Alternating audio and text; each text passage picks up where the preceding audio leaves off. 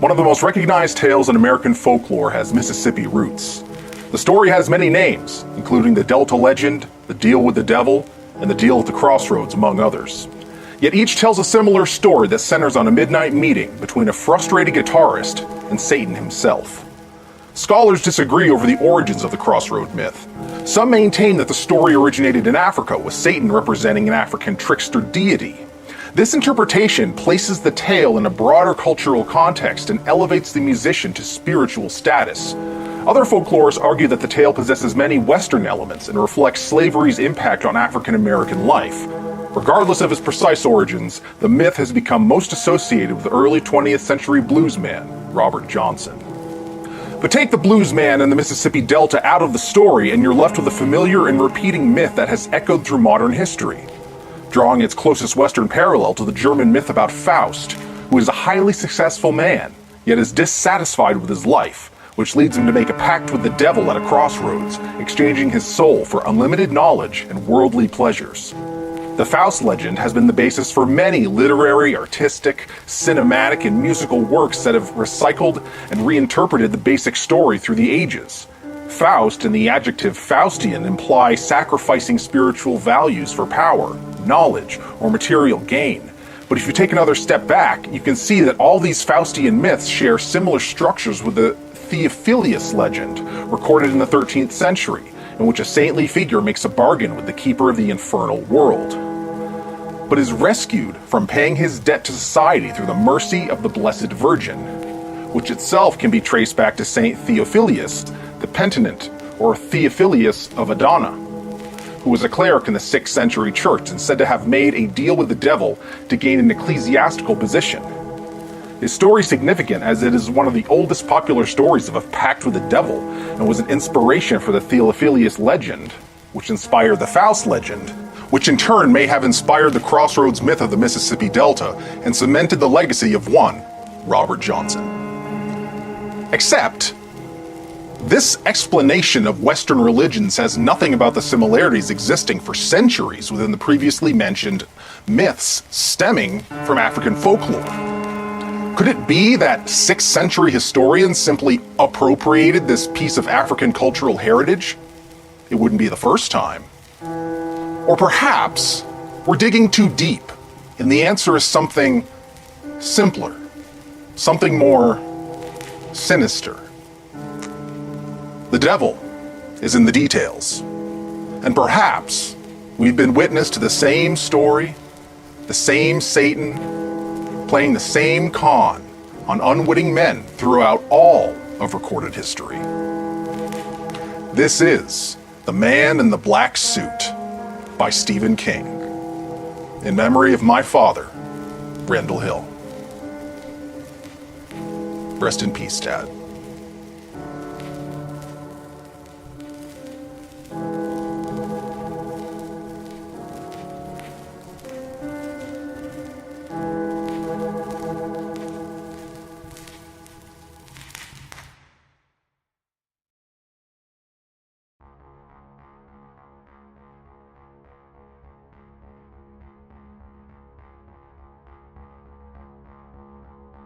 I am now a very old man, and this is something which happened to me when I was very young, only 9 years old. It was 1914, the summer after my brother Dan died in the West Field and 3 years before America got into World War I. I've never told anybody about what happened at the fork in the stream that day, and I never will, at least not with my mouth. I decided to write it down, though, in this book which I will leave on the table beside my bed. I can't write long, because my hand shakes so these days I have next to no strength, but I don't think it will take long. Later someone may find what I have written. That seems likely to me, as it is pretty much human nature to look in a book marked diary after its owner has passed along. So yes, my words will probably be read. The better question is whether or not anyone will believe them. Almost certainly not. But that doesn't matter. It's not belief I'm interested in, but freedom. Writing can give that, I found.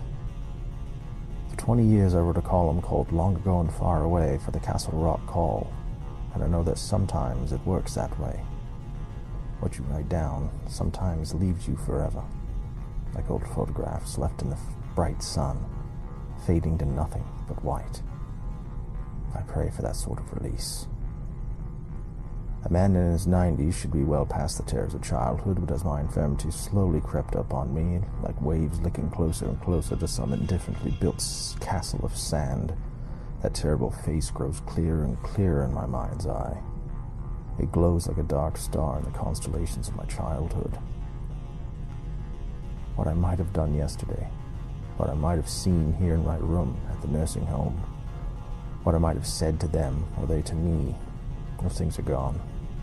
But the face of the man in the black suit grows ever clearer, ever closer, and I remember every word he said. I don't want to think of him, but I can't help it. And sometimes at night my old heart beats so fast and so hard, I think it will tear itself right clear of my chest. So I uncap my fountain pen and force my trembling old hand to write this pointless anecdote in the diary of one of my great-grandchildren. I can't remember her name for sure, at least not right now, but I know it starts with an S.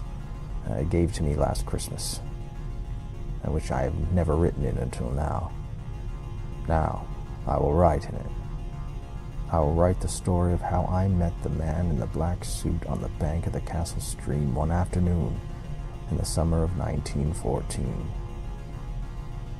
The town of Monton was a different world in those days, more different than I could ever tell you. It was a world without airplanes droning overhead, a world almost without cars and trucks, a world where the skies were not cut into lanes and sliced by overhead power lines. There was not a single paved road in the whole town, and the business district consisted of nothing but Corson's General Store, Thutt's Livery and Hardware, the Methodist Church at Christ Corner, the school, the town hall, and Harry's restaurant half a mile down from there, which my mother called, with unfailing disdain, the liquor house. Mostly, though, the difference was in how people lived, how apart they were. I'm not quite sure people born after the middle of the 20th century could quite credit that, although they might say that they could, to be polite to old folks like me. There were no phones in Western Maine back then, for one thing. The first one wouldn't be installed for another 5 years, and by the time there was one in our house, I was 19 and going to college at the University of Maine in Orono. That is only the roof of the thing. There was no doctor closer than Casco, and no more than a dozen houses in which you would call town. There was no neighborhoods. I'm not even sure we knew the word, although we had a verb, neighboring, that described church functions and barn dances, and open fields were the exception rather than the rule.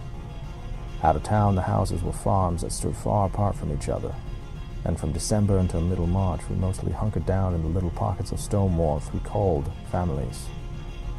We hunkered and listened to the wind in the chimney and hoped no one would get sick or break a leg or get a head full of bad ideas, like the farmer over in Castle Rock who had chopped up his wife and 3 kids winters before and said in court that the ghosts made him do it. In those days, before the Great War, most of Monton was woods and bog, dark, long places full of moose and mosquitoes, snakes and secrets. In those days, there were ghosts everywhere. This thing I'm telling about happened on a Saturday. My father gave me a whole list of chores to do, including some that would have been Dan's if he'd still been alive. He was my only brother, and he died of being stung by a bee. A year had gone by, and still my mother wouldn't hear that. She said it was something else, had to have been, that no one ever died of being stung by a bee. When Mama Sweet, the oldest lady in the Methodist Ladies' Aid, tried to tell her at the church supper the previous winter this was, that the same had happened to her favorite uncle back in '73, my mother clapped her hands over her ears, got up, walked out of the church basement. She's never been back since, and nothing my father could say to her would change her mind. She claimed she was done with church, and that if she ever had to see Helen Rochbaugh again, that was Mama Sweet's real name, that she would slap her eyes out. She wouldn't be able to help herself, she said. That day, Dad wanted me to lug wood for the wood stove, weed the beans in the cukes, pitch hay out the loft, get 2 jugs of water and put in the cold pantry, scrape as much old paint off the cellar bulkhead as I could. Then, he said, I could go fishing, if I didn't mind going by myself. He had to go and see Bill Eversham about some cows. I said I sure didn't mind going by myself, and Dad smiled, and that didn't surprise him very much. He'd given me a bamboo pole the week before, not because it was my birthday or anything, but just because he liked to give me things, sometimes. And I was wild to try it in Castle Stream, which was by far the troutiest brook I ever fished. But don't you go too far in the woods, he told me, not beyond where it splits. No, sir. Promise me. Yes, sir, I promise. Now promise your mother. We were standing on the back stoop. I had been bound for the spring house with the water jugs when my dad stopped me. Now he turned me around to face my mother, who was standing at the marble counter with a flood of strong morning sunshine falling through the double windows over the sink. There was a curl of hair lying across the side of her forehead that touched her eyebrow. You see how well I remember it all. The bright light, turned that little curl to filaments of gold that made me want to run to her and put my arms around her. In that instant, I saw her as a woman, saw her as my father must have seen her. She was wearing a house dress with little red roses all over it. I remember she was kneading bread. Candy Bill, our little black Scotty dog, was standing alertly beside her feet, looking up, waiting for anything that might drop. My mother was looking at me. I promise, I said. She smiled, but it was the worried kind of smile she always seemed to make, since my father brought Dan back from the West Field in his arms. My father had come sobbing and bare-chested. He had taken off his shirt and draped it over Dan's face, which had swelled and turned color. My boy, he'd been crying. Oh, look at my boy. Jesus, look at my boy. I remember as if that had been yesterday. It was the only time I ever heard my dad take the Savior's name in vain. What do you promise, Gary? She asked. Promise not to go no further than where it forks, ma'am. Any further? Any. She gave me a patient look, saying nothing as her hands went on working in the dough, which now had a smooth, silky look. I promise not to go any further than where it forks, ma'am. Thank you, Gary, she said, and try to remember the grammar is for the world as well as for the school. Yes, ma'am. Candy Bill followed me as I did my chores and sat between my feet as I bolted my lunch, looking up at me with the same attentiveness he had shown my mother while she was kneading her bread. But when I got my new bamboo pole and my old splintery creel and started out to the dooryard, he stopped and only looked in the dust by an old roll of snow fence, watching. I called him, but he wouldn't come. He yapped a time or two as if telling me to come back, but that's all it was. Stay then, I said, trying to sound as though I didn't care. I did, though, at least a little. Candy Bill always went fishing with me. My mother came to the door and looked out at me with her left hand held up to shade her eyes. I can see her that way still. And it's like looking at a photograph of someone who would later become unhappy or died suddenly. You mind your dad now, Gary?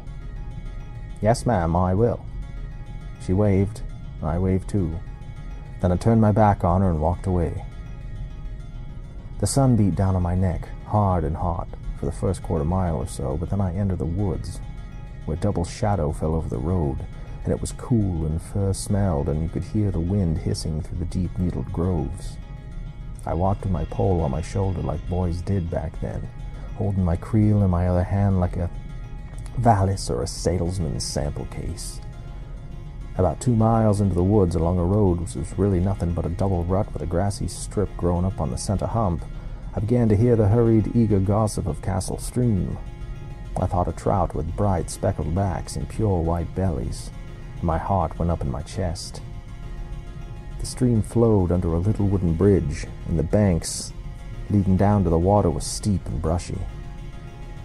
I worked my way down, carefully, holding on where I could and digging my heels in. I went down to the summer and back in mid-spring, or so it felt. The cool rose gentle off the water, like a green smell, like moss. And when I got to the edge of the water, I only stood there for a little while, breathing the deep of that mossy smell, and watched the dragonflies circle and the skitterbugs skate. Then farther down I saw a trout leap at a butterfly, a good big brookie, maybe 14 inches long. I remembered I hadn't come here just to sightsee. I walked along the bank, followed the current, and wet my line for the first time with the bridge still in sight upstream. Something jerked the tip of my pole down a time or two and ate half my worm, but he was too sly for my 9-year-old hands. Or maybe just not hungry enough to be careless, so I went on. I stopped at 2 or 3 other places before I got to the place where Castle Stream forks, going southwest into Castle Rock, and at one of them I caught the biggest trout I had ever caught in my life, a beauty that measured 19 inches from tip to tail on the ruler I kept in my creel. That was a monster of a brook trout, even for those days. If I had accepted this as gift enough for one day and gone back, I would not be writing now. And this is going to turn out longer than I thought it would, I see that already. But I didn't. Instead, I saw to my catch right then and there, as my father had shown me, cleaning it, placing it on dry grass at the bottom of the creel, then laying damp grass on top of it, and went on. I did not, at age 9, think that catching a 19-inch brook trout was particularly remarkable, although I do remember being amazed that my line had not broken when I, netless as was artless, had hauled him out and swung him towards me as a clumsy tail-flapping arc. 10 minutes later, I came to the place where the stream splits in those days. It's now long gone. There's a settlement of duplex homes where Castle Stream once went its course, and a district grammar school as well. And if there's a stream, it goes in darkness, dividing around a huge gray rock nearly the size of our outhouse. There was a pleasant flat space here, grassy and soft, overlooking what my dad and I called South Branch. I squatted on my heels, dropped my line into the water, and almost immediately snagged a fine rainbow trout. He wasn't the size of my brookie, only a foot or so, but a good fish just the same. I had it cleaned out before the gills had stopped flexing, stored it in my creel, and dropped my line back into the water. This time, there was no immediate bite, so I leaned back. Looking up at the blue stripe of sky I could see along the stream's course. Clouds floated by, west to east, and I tried to think what they looked like. I saw a unicorn, then a rooster, then a dog that looked a little like Candy Bill. I was looking for the next one when I drowsed off. Well, maybe slept, I don't know for sure. All I know is that tug on my line was so strong it almost pulled the bamboo right out of my hands, what was brought back in the afternoon. I sat up, clutched the pole, and suddenly became aware that something was sitting on the tip of my nose. I crossed my eye and saw a bee. My heart seemed to fall dead in my chest, and for a horrible second I was sure I was going to wet my pants. The tug of my line again came, stronger this time, but although I maintained my grip on the end of the pole so it wouldn't be pulled into the stream, perhaps carried away, I think I even had the presence of mind to snub the line with my forefinger, I made no effort to pull in my catch. All my horrified attention was fixated on the fat black and yellow thing that was using my nose as a rest stop. I slowly poked out my lower lip and blew upward. The bee ruffled a little but kept its pace. I blew again and it ruffled again, but this time it also seemed to shift impatiently. I didn't dare blow any more for fear it would lose its temper completely and give me a shot. It was too close for me to focus on what it was doing, but it was easy for me to imagine it ramming its stinger into one of my nostrils and shooting its poison up towards my eyes and my brain. A terrible idea came to me. This was the very bee which had killed my brother. I knew it wasn't true, and not only because honeybees probably don't live longer than a single year, except for the queens, and again I'm not so sure. It couldn't be true because bees died when they stung, and even at 9 I knew it. Their stingers were barbed, and when they tried to fly away after doing their deed, they tore themselves apart. Still, the idea stayed. This was a special bee, a devil bee, and it had come back to finish the other of Albion and Loretta's 2 boys. And here's something else. I've been stung by bees before, and although the stings had swelled more than is perhaps usual, I can't really say for sure, I had never died from them. That was only for my brother, a terrible trap which had been laid for him in his very making, a trap which I had somehow escaped. But as I crossed my eyes until they hurt in an effort to focus on the bee, logic did not exist. It was the bee that existed. Only that the bee had killed my brother, killed him so bad that my father slipped down the strap on his overalls so he could take off his shirt and cover Dan's swelled, engorged face. Even in the depths of his grief he had done that, because he didn't want his wife to see what had become of her firstborn. Now the bee had returned, and it would now kill me. It would kill me, and I would die in convulsions on the bank, flopping just as a brooksy flops after you take the hook out of his mouth. I sat there, trembling on the edge of panic, of simply bolting to my feet, and then bolting anywhere. There came a report from behind me. It was a shot, peremptory as a pistol shot. But I knew it wasn't a pistol shot. It was someone clapping his hands. One single clap. At the moment it came, the bee tumbled off my nose and fell into my lap. It lay there on my pants with its legs sticking up in its stinger, a threadless black thread against the old scuffed brown of the corduroy. It was dead as a doornail. I saw that at once. At the same moment, the pole gave another tug, the hardest yet, and I almost lost it again. I grabbed it with both hands and gave it a big stupid yank that would have made my father clutch his head with both hands if he had been there to see it. A rainbow trout, a good bit larger than the one I'd already caught, rose out of the water in a wet, writhing flash, spraying fine drops of water from its filament of tail. It looked like one of those romanticized fish pictures they used to put on the cover of men's magazines like True and Man's Adventure back in the 40s and 50s. At that moment, hauling in that big one was the last thing on my mind, however, when the line snapped and the fish fell back into the stream. I barely noticed. I looked over my shoulder to see who had clapped. A man was standing above me at the edge of the trees. His face was very long and pale. His black hair was combed tight against his skull and parted with rigorous care on the side of his narrow head. He was very tall. He was wearing a black 3-piece suit, and I knew right away this was not a human being, because his eyes were the orangey red of flames in a wood stove. I don't just mean the irises, because he had no irises, and no pupils, and certainly no whites. His eyes were completely orange, an orange that shifted and flickered. And it's really too late not to say exactly what I mean, isn't it? He was on fire inside, and his eyes were like the little portholes you sometimes see in stove doors. My bladder let go, and the scuffled brown the dead bee was laying on went a little darker.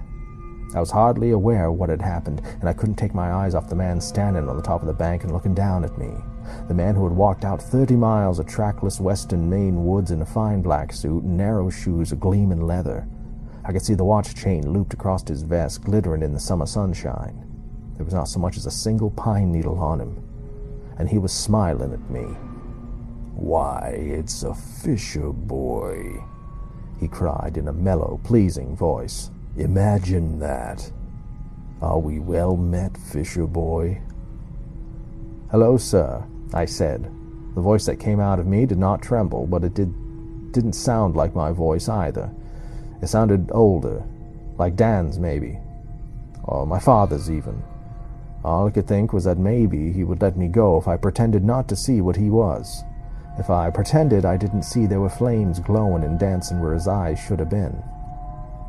"I saved you a nasty sting, perhaps," he said, and then, to my horror, came down to the bank where I sat with a dead bee in my wet lap and a bamboo fishing pole in my nerveless hands. His slick-soled shoes should have slipped on the low grassy weeds which dressed the steep bank, but they didn't, nor did they leave tracks behind, I saw. Where his feet had touched, or seemed to touch, there was not a single broken twig, or crushed leaf, or trampled shoe shape. Even before he reached me, I recognized the aroma baking up from the skin under the suit. The smell of burnt matches, the smell of sulfur. The man in the black suit was the devil. He had walked out of the deep woods of Martin, and now he was standing here beside me. From the corner of one eye, I could see a hand as pale as the hand of a store window dummy. The fingers were hideously long. He hungered beside me on his hams. His knees popped just as the knees of any normal man might, but when he moved his hands so they dangled between his knees, I saw that each one of those long fingers ended in what was not a fingernail, but a long, yellow claw. "You didn't answer my question, Fisher boy," he said in his mellow voice. It was now that I think of it, like the voice of one of those radio announcers on the big band shows years later, the ones that would sell Geritol and Scrutan and Ovaltine and Dr. Grambo pipes. "Are we well met?" "Please don't hurt me," I whispered in a voice so low I could barely hear it. I was more afraid than I could ever write down, more afraid than I want to remember. But I do.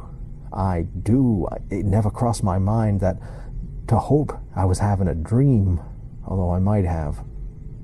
I suppose if I had been older, but I wasn't older, I was 9. I knew the truth when it squatted down on its hunkers beside me. I knew a hawk from a handsaw, as my father would have said. The man who had come out of the woods on that Saturday afternoon in midsummer was the devil, and inside the empty holes of his eyes his brains were burning. "Oh, do I smell something?" he asked as if he hadn't heard me, although I knew he had. "Do I smell something wet?" He leaned forward towards me with his nose stuck out like someone who means to smell a flower, and I noticed an awful thing. As the shadow of his head traveled over the bank, the grass beneath it turned yellow and died. He lowered his head towards my pants and sniffed, his glaring eyes half closed as if he had inhaled some sublime aroma and wanted to concentrate on nothing but that.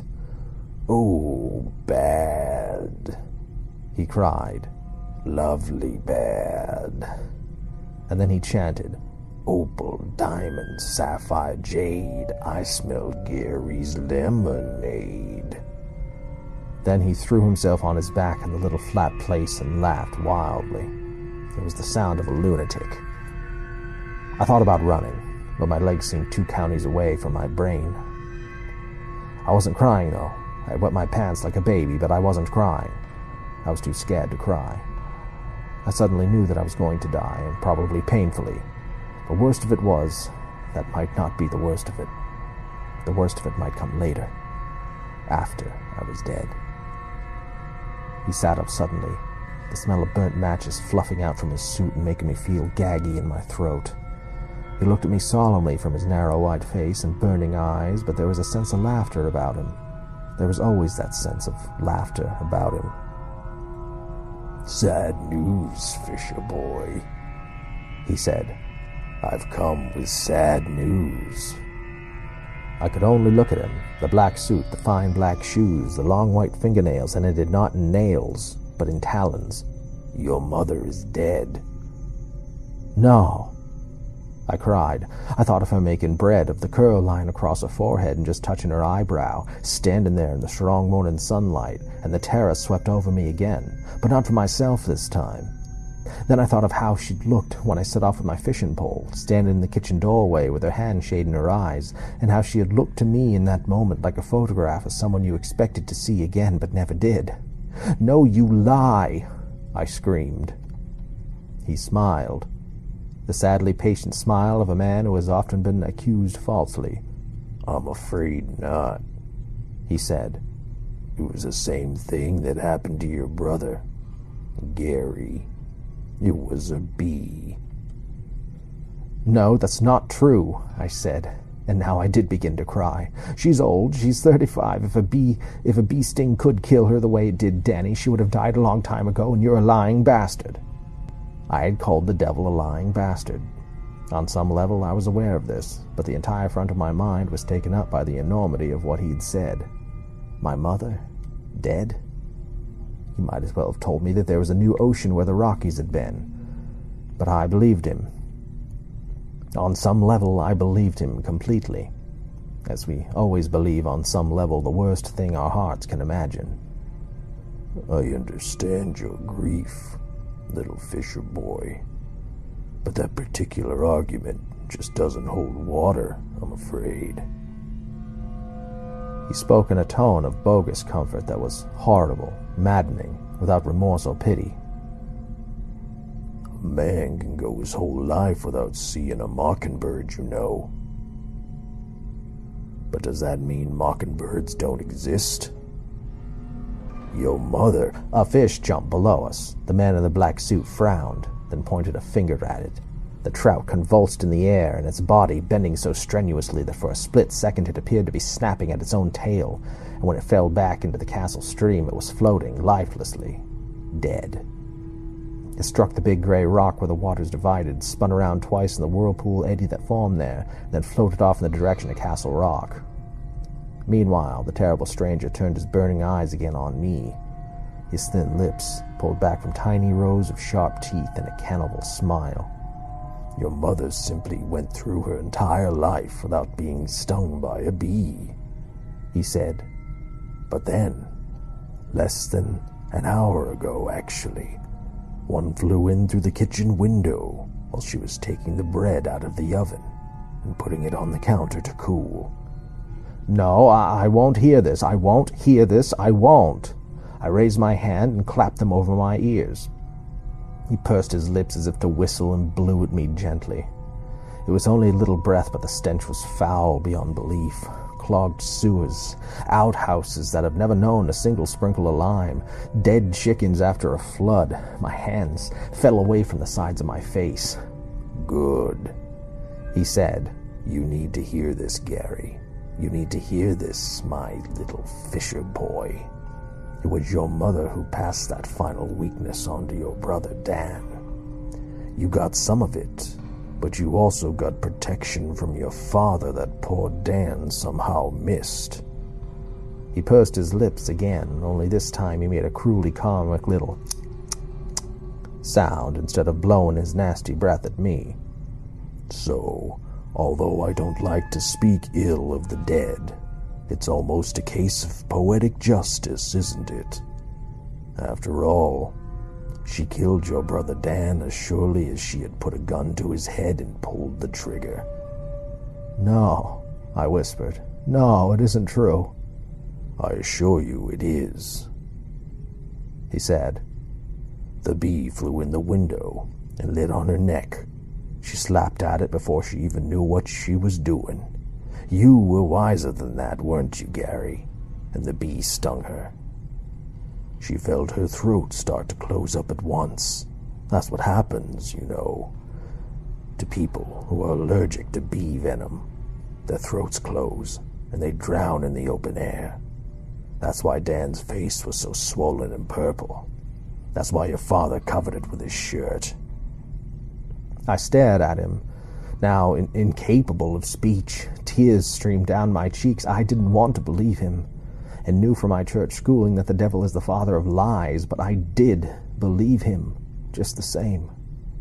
I believed he had been standing there in our dooryard, looking in the kitchen window as my mother fell to her knees, clutching at her swollen throat while Candy Bill danced around her, barking shrilly. She made the most wonderfully awful noises, the man in the black suit said reflectively. And she scratched her face quite badly, I'm afraid. Her eyes bulged out like a frog's eyes. She wept. He paused, then added, She wept as she died. Isn't that sweet? And here's the most beautiful thing of all. After she was dead, after she had been lying on the floor for 15 minutes or so with no sound but the stove ticking, and with that little stick of a bee stinger still poking out the side of her neck. So small, so small. Do you know what Candy Bill did? That little rascal licked away her tears, first on one side and then on the other. He looked out at the stream for a moment, his face sad and thoughtful. Then he turned back to me, and his expression of bereavement disappeared like a dream. His face was as slack and avid as the face of a corpse that had died hungry. His eyes blazed. I could see his sharp little teeth between his pale lips. "I'm starving," he said abruptly. "I'm going to kill you and tear you open and eat your guts, little fisher boy. What do you think about that?" "No," I tried to say. "Please, no." But no sound came out. He meant to do it, I saw. He really meant to do it. "I'm just so hungry," he said, both petulant and teasing. "And you won't want to live without your precious mommy anyhow, take my word for it, because your father's the sort of man who will have to have some warm hole to stick it in, believe me. And if you're the only one available, you're the only one who will have to serve. I'll save you all that discomfort and unpleasantness. Also, you'll go to heaven. Think of that. Murdered souls always go to heaven. So we'll both be serving God this afternoon, Gary. Isn't that nice?" He reached for me again with his long, pale hands, and without thinking what I was doing, I flipped open the top of my creel, pawed all the way to the bottom, and brought out the monster brookie I caught earlier, the one I should have been satisfied with. I held it out to him blindly, my fingers in the red slits of its belly from which I had removed its insides, and the man in the black suit had threatened to remove mine. The fish's glazed eyes stared dreamily at me. The gold ring around the black center reminded me of my mother's wedding ring. And in that moment I saw her lying in her coffin with the sun shining off the wedding band, and I knew it was true. She had been stung by a bee. She had drowned in the warm bread-smelling kitchen air, and Candy Bill had licked her dying tears from her swollen cheeks. "Big fish!" the man in the black suit cried in a guttural, greedy voice. "Oh, big fish!" He snatched it away from me and crammed it into a mouth that opened wider than any human mouth ever could.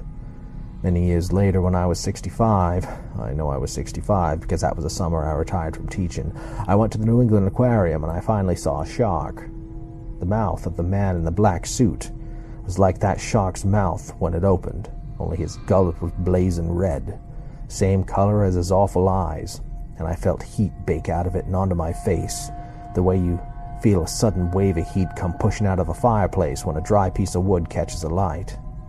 And I didn't imagine that heat either. I know I didn't, because just as he slid the head of my 19-inch brook trout between his gaping jaws, I saw the scales along the side of the fish rise up and begin to curl like bits of paper floating over an open incinerator. He slid the fish in like a man in a traveling show swallowing a sword. He didn't shoo, and his blazing eyes bulged out as if in effort. The fish went in and went in. His throat bulged as it slid down his gullet, and now he began to cry tears of his own, except his tears were blood, scarlet and thick. I think it was the sight of those bloody tears that gave me my body back. I don't know why that should have been, but I think it was. I bolted to my feet like a jack released from its box. I turned with my bamboo pole still in one hand and fled up the bank, bending over and tearing through bunches of weeds, without my free hand in an effort to get up the slope more quickly. He made a strangled, furious noise, the noise of a man with his mouth too full, and looked back just as I got to the top. He was coming after me, the black of his suit flapping and his thin gold watch chain flashing and winking in the sun. The tail of the fish was protruding from his mouth, and I could smell the rest of it, roasting in the oven of his throat. He reached for me, groping with his talons, and I fled along the top of the bank. After 100 yards or so, I found my voice and went to screaming. Screaming in fear, of course, but also screaming in grief for my beautiful dead mother. He was coming along after me. I could hear snapping branches and whipping bushes, but I didn't look back again. I lowered my head, slid my eyes against the bushes and low-hanging branches along the stream bank and ran as fast as I could. At every step, I expected to feel his hands descending upon my shoulders, pulling me back into a final hot hug. That didn't happen. Some unknown length of time later, it could have been longer than 5 or 10 minutes, I suppose, but it seemed like forever, I saw the bridge through the layer in the leaves and furs. Still screaming but breathlessly now, sounding like a tea kettle which had almost boiled dry, I reached this second, steeper bank and charged up to it. Halfway up to the top, I slipped to my knees, looked over my shoulder, and saw the man in the black suit almost at my heels, his white face pulled into a convulsion of fury and greed. His cheeks were splattered with his blood, tears, and his shark mouth hung open like a hinge. "Fisher boy," he snarled and started up the bank after me, grasping at my foot with one long hand. I tore free, turned, and threw my fishing pole at him. He batted it down easy, but it tangled his feet up somehow, and he went to his knees. I didn't wait to see any more. I turned and bolted up to the top of the slope. I almost slipped at the very top, but managed to grab one of the support struts running underneath the bridge to save myself. "You can't get away, Fisher boy," he cried from behind me. He sounded furious, but he also sounded as if he were laughing. "It takes more than a mouthful of trout to fill me up." "Leave me alone," I screamed back at him. I grabbed the bridge's railing and threw myself over it in a clumsy somersault, filling my hands with splinters and bumping my head so hard on the boards when I came down that I saw stars. I rolled over onto my belly and began crawling. I lurched to my feet just before I got to the end of the bridge, stumbled once, found my rhythm, and then began to run. I ran as only a 9-year-old boy can run, which is like the wind. It felt as if my feet only touched the ground with every third or fourth stride, and for all I knew that may be true. I ran straight up the right-hand wheel rut in the road, ran until my temples pounded and my eyes pulsed in their sockets. Ran until I had a hot stitch in my left side from the bottom of my ribs to my armpit. Ran until I could taste blood and something like metal shavings in the back of my throat. When I couldn't run anymore, I stumbled to a stop and looked back over my shoulder, huffing, puffing, and blowing like a wind-broke horse. I was convinced I would see him standing right there beside me with his natty black hair, the watch chain a glittering loop across his vest and not a hair out of place. But he was gone. The road stretching back towards Castle Stream between the darkly massed pines and spruces was empty, and yet I sensed him somewhere near those woods, watching me with his grass-fire eyes, smelling of burnt matches and roasted fish. I turned and began walking as fast as I could, limping a little. I'd pulled muscles in both legs, and when I got out of bed the next morning I was so sore I could barely walk. I didn't notice those things then, though. I just kept looking over my shoulder, needing again and again to verify that the road behind me was still empty. It was, each time. But those backward glances seemed to increase my fear rather than lessen it. The firs looked darker, massier, and I kept imagining what lay behind the trees which marched behind the road. Long, tangled corridors of forests, leg-breaking deadfalls, ravines where anything might live. Until that Saturday in 1914, I had thought that bears were the worst thing that the forest could hold. Now I know better. A mile or so further up the road, just beyond the place where it came out of the woods and joined the gay and flat road, I saw my father walking towards me and whistling the old oaken bucket. He was carrying his own rod, the one with the fancy spinning reel for a monkey ward. In his other hand he had his creel, the one with the ribbon my mother had woven through the handle back when Dan was still alive. Dedicated to Jesus, that ribbon said. I had been walking, but when I saw him I started to run again, screaming, "Dad! Dad! Dad!" at the top of my lungs and staggering from side to side on my tired, sprung legs like a drunken sailor.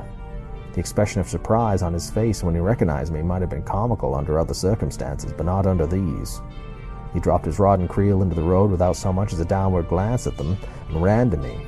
It was the fastest I ever saw Dad run in his life. When he came together, it was a wonder the impact didn't knock us both senseless. I struck my face on his belt buckle hard enough to start a little nosebleed. I didn't notice that until later, though. Right then, I only reached out my arms and clutched him as hard as I could.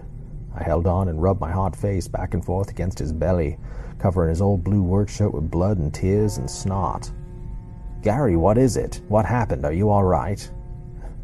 "Ma's dead," I sobbed. "I met a man in the woods and he just told me.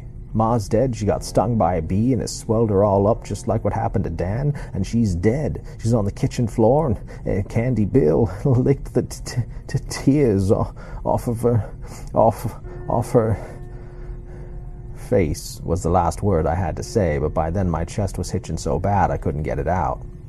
My tears were flowing again, and my dad's startled, frightened face had blurred into the 3 overlapping images. I began to howl, not like a little kid who skunned his knee, but like a dog that's seen something bad by moonlight. My father pressed my head against his hard, flat stomach again. I slipped out from under his hand, though, and looked back over my shoulder. I wanted to make sure the man in the black suit wasn't coming. There was no sign of him. The long, winding road back to the woods was completely empty. I promised myself I would never go back down that road again, not ever, no matter what. And I suppose now God's greatest blessing to his creatures below is that they can't see the future. It might have broken my mind if I had known I would be going back down that road, and not 2 hours later. For that moment, though, I was only relieved to see we were still alone. Then I thought of my mother, my beautiful, dead mother, and lay my face back against my father's stomach and bawled some more. "Gary, listen to me," he said a moment or two later. I went on bawling. He gave me a little longer to do that, then reached down and lifted my chin so he could look into my face and I could see into his. "Your mom's fine," he said. I could only look at him with tears streaming down my cheeks. I didn't believe him. "I don't know who told you different or what kind of dirty dog would want to put a scare into a little boy, but I swear to God your mother's fine." But he said, "I don't care what he said. I got back from Eversham's earlier than I expected. I didn't want to sell any cows, and it's all just talk. And I decided I had time to catch up with you. I got my pole and my creel, and your mother made us a couple of jelly foldovers. The new bread, still warm. So she was fine half an hour ago, Gary. There's nobody knows any different that's come from this direction, I guarantee you. Not in just half an hour's time." He looked over my shoulder. "Who was that man? And where was he? I'm going to find him and thrash him within an inch of his life." I thought 1,000 things in just 2 seconds. That's what it seemed like anyway. The last thing I thought was the most powerful. If my dad met up with the man in the black suit, I didn't think my dad would be the one to do the thrashing. Or the walking away. I kept remembering those long white fingers and the talons at the end of them. "Gary?" I don't know that I remember," I said. "Were you where the stream splits? The big rock?" I could never lie to my father when he asked me a direct question, not to save his life or mine. "Yes, but don't go down there." I seized his arm with both hands and tugged it hard. "Please don't. He was a scary man." Inspiration struck like an illuminating lightning bolt. "I think he had a gun." He looked at me thoughtfully. "Maybe there wasn't a man," he said, lifting his voice a little on the last word and turning it into something that almost, but not quite, a question. "Maybe you fell asleep while you were fishing, son, and had a bad dream. Like the ones you had about Danny last winter." I had a lot of bad dreams about Dan last winter. Dreams where I would open doors to our closet or a dark, fruity interior of the cider shed and see him standing there and looking at me out of his purple, strangulated face. For many of these dreams I had awakened screaming and awakened my parents as well. I had fallen asleep on the bank of the stream for a little while, too. Dozed off, anyway. But I hadn't dreamed. And I was sure that I had awakened just before the man in the black suit clapped the bee dead, sending it tumbling off my nose and into my lap. I hadn't dreamed him the way I had dreamed Dan. I was quite sure of that, although my meeting with him had already attained a dreamlike quality in my mind, and I suppose supernatural occurrences always must. But if my dad thought that the man had only existed in my own head, that might be better. Better for him. "It might have been, I guess," I said. "Well, we ought to go back and find your rod and your creel." He actually started in that direction, and I had to tug frantically at his arm to stop him and turn him back towards me. "Later," I said. "Please, Dad. I want to see Mother. I've got to see her with my own eyes." He thought that over, then nodded. "Yes, I suppose you do. We'll go home first and get your rod and creel later." So we walked back to the farm together, my father with his fish pole propped up on his shoulder just like one of my friends, me carrying his creel, both of us eating folded-over slices of my mother's bread, smeared with black-currant jam. "Did you catch anything?" he asked as we came inside of the barn. "Yes, sir," I said. "A rainbow. Pretty good-sized." And a brookie that was a lot bigger, I thought, but didn't tell. Biggest one I ever saw, to tell the truth, but I don't have that one to show you, Dad. I gave that one to the man in the black suit so he wouldn't eat me. And it worked, but just barely. That's all? Nothing else? After I caught it, I fell asleep. This was not really an answer, but not really a lie either. Lucky you didn't lose your pole. You didn't, did you, Gary? No, sir, I said reluctantly. Lying about that would do no good, even if I'd been able to think up a whopper. Not if he was set on going back to get my creel anyway, and I could see by his face that he was. Up ahead, Candy Bill raced out of the back door, barking his shrill bark and wagging his whole rear end back and forth the way Scotties do when they're excited. I couldn't wait any longer. Hope and anxiety bubbled up in my throat like foam. I broke away from my father and ran to the house, still lugging his creel and still convinced in my heart of hearts that I was going to find my mother dead on the kitchen floor with her face swelled and purple like Dan's head when my father carried him from the west field crying and calling the name of Jesus. But she was standing at the counter, just as well and fine as when I had left, humming a song as she shelled peas into a bowl.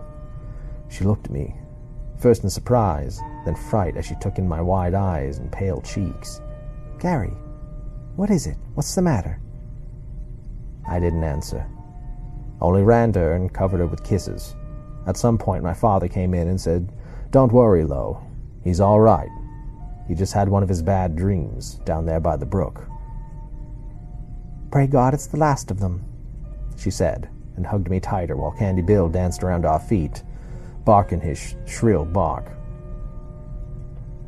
"You don't have to come with me if you don't want to, Gary," my father said, although he had already made it clear that he thought I should go back, that I should face my fear, and I suppose folks would say nowadays, "That's very well for fearful things that are make-believe," but 2 hours hadn't done much to change my conviction that the man in the black suit had been real. I wouldn't be able to convince my father of that, I thought. I don't think there was a 9-year-old that ever lived who would have been able to convince his father he'd seen the devil come walking out the woods in a black suit. "I'll come," I said. I walked out of the house to join him before he left, mustering all my courage in order to get my feet moving. And now we were standing by the chopping block in the side yard, not far from the woodpile. "What do you got behind your back?" he asked. I brought it out, slowly. I would go with him. I would hope the man in the black suit with the arrow-straight part down the left side of his head was gone, but if he wasn't, I wanted to be prepared. As prepared as I could be, anyway. I had the family Bible in the hand I had brought out from behind my back. I'd set out to just bring my New Testament, which I had won from memorizing the most Psalms in the Thursday night youth fellowship competition. I managed 8, although most of them, except the 23rd, have floated out of my mind in a week's time. But the little red testament didn't seem like enough when you were maybe going to face the devil himself. Not even when the word to Jesus was marked out in red ink. My father looked at the old Bible, swelled with family documents and pictures. I thought he'd tell me to put it back, but he didn't. A look of mixed grief and sympathy crossed his face, and he nodded. "All right," he said. "Does your mother know you took that?" "No, sir." He nodded again. "Then we'll hope she doesn't spot it gone before we get back. Come on, and don't drop it." Half an hour or so later, the two of us stood at the bank looking down at the place where Castle Stream forked, and the flat place where I'd had my encounter with the man with the red-orange eyes. I had my bamboo rod in my hand. I'd picked it up below the bridge, and my creel lay below on the flat place. Its wicker top was flipped back. We stood looking down, my father and I, for a long time, and neither of us said anything. "Opal, diamond, sapphire, jade, I smell Gary's lemonade." That had been his unpleasant poem, and once he had recited it, he had thrown himself on his back, laughing like a child who had just discovered he had enough courage to say bathroom words like shit or piss. The flat place down there was as green as lush as any day in Maine that the sun can get to in early July, except where the stranger had lain. There the grass was dead and yellow in the shape of a man. I looked down and I saw I was holding our lumpy old family Bible straight out in front of me with both thumbs pressed so hard on the cover that they were white. It was the way Mama Sweet's husband Norwell held a willow fork when he was trying to douse somebody a well. "Stay here," my father said, at last, and skidded sideways down the bank, digging his shoes into the rich soil and holding his arms out for balance. I stood where I was, holding the Bible stiffly out, the ends of my arms like a willow fork. My heart thumping wildly. I don't know if I had a sense of being watched that time or not. I was too scared to have a sense of anything, except for a sense of wanting to be away from that place and those woods. My dad bent down, sniffed at where the grass was dead, and grimaced. I knew what he was smelling. Something like burnt matches. Then he grabbed my creel and came on back up the bank, hurrying. He snagged one fast look over his shoulder to make sure nothing was coming along behind. Nothing was. When he handed me the creel, the lid was still hanging back on its cunning little leather hinges. I looked inside and saw nothing but 2 handfuls of grass. "Thought you said you caught a rainbow," my father said. "But maybe you dreamed that, too." Something in his voice stung me. "No, sir," I said. "I caught one." "Well, it sure as hell didn't flip-flop out. Not if it was gutted and cleaned, and you wouldn't put a catch in your fisher box without doing that, would you, Gary? I taught you better than that." "Yes, sir, you did. But, so if you didn't dream catching it, and it was dead in the box, something must have come along and eaten it," my father said. And then he grabbed another quick glance over his shoulder, eyes wide, as if he heard something move in the woods. I wasn't exactly surprised to see drops of sweat starting out on his forehead like a big clear jewel. "Come on," he said. "Let's get the hell out of here." I was for that, and we went back along the bank to the bridge, walking quickly without speaking. When we got there, my dad dropped to one knee and examined the place where he'd found my rod. There was another patch of dead grass there, and the lady's slipper was all brown and curled in on itself, as if a blast of heat had charred it. While my father did this, I looked in my empty creel. "He must have gone back and eaten my other fish, too," I said. My father looked up at me and said, "Other fish?" "Yes, sir, didn't I tell you? But I caught a brookie, too, a big one. He was awful hungry, that fella." I wanted to say more, and the words trembled just behind my lips, but in the end I didn't. We climbed up the bridge and helped one another over the railing. My father took my creel, looked into it, and went back to the railing and threw it over. I came up beside him in time to see it splash down and float away like a boat, riding lower and lower in the stream as the water poured in between the wicker weavings. "It smelled bad," my father said, but he didn't look at me when he said it. And his voice sounded oddly defensive. It was the only time I'd ever heard him speak that way. "Yes, sir. We'll tell your mother we couldn't find it, if she asks. If she doesn't ask, we won't tell her anything." "No, sir, we won't." And she didn't, and we didn't, and that's the way it was. That day in the woods is 81 years gone, and for many of the years in between I have never even thought of it, not awake at least. Like any other man or woman who's ever lived, I can't say about my dreams, not for sure. But now I'm old, and I dream awake, it seems. My infirmities have crept up like waves which will soon take a child's abandoned sandcastle, and my memories have also crept up, making me think of some old rhyme that went in part. "Just leave them alone, and they'll come home, wagging their tails behind them." I remember meals I ate, games I played, girls I kissed in the school cloakroom when we played post office, boys I chummed with, the first drink I ever took, the first cigarette I ever smoked, corn shucked behind Dickie Hammer's pig shed and I threw up. Yet of all the memories, the one of the man in the black suit is the strongest, and glows with its own spectral, haunted light. He was real, and he was the devil. And that day I was either his errand or his luck. I feel more and more strongly that escaping him was my luck. Just luck. And not the intercession of the God I had worshipped and sung hymns to all my life. As I lay here in my nursing home room, in the ruined sandcastle that is my body, I tell myself that I need fear not the devil, that I have lived a good, kindly life, and I need not fear the devil. Sometimes I remind myself that it was I, not my father, who finally coaxed my mother back to church later on that summer. In the dark, however, those thoughts have no power to ease or comfort. In the dark comes a voice which whispers that the 9-year-old boy I was had done nothing from which he might legitimately fear the devil either. and yet the devil came. And in the dark, I sometimes hear that voice drop even lower, into ranges which aren't human. Big fish. It whispers, in tones of hushed greed, and all the truths of the moral world fall to ruin before its hunger. Big fish.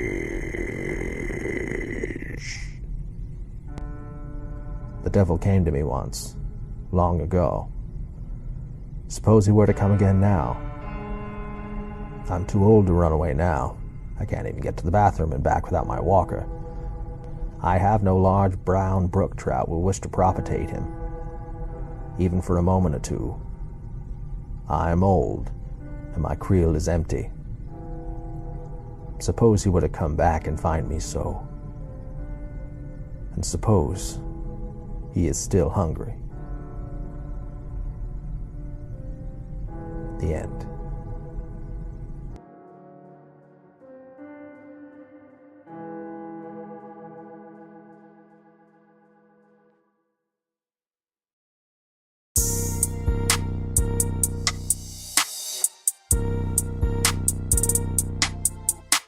STS Spooktober is produced in collaboration with Stories Telling Stories and STS Media Group, scaring itself silly at Millhouse Studios in Milton, Vermont, casting around the globe to your frontal lobe, wherever podcasts are found. STS Spooktober is also streaming on YouTube at Stories Telling Stories. Make sure to give us a review wherever you stream our show. We really appreciate it. Make sure to follow us on Facebook and Instagram. Give us a subscribe on YouTube, and consider supporting us on Patreon for exclusive rewards starting at $1 a month or more. And until next time, stay spooky.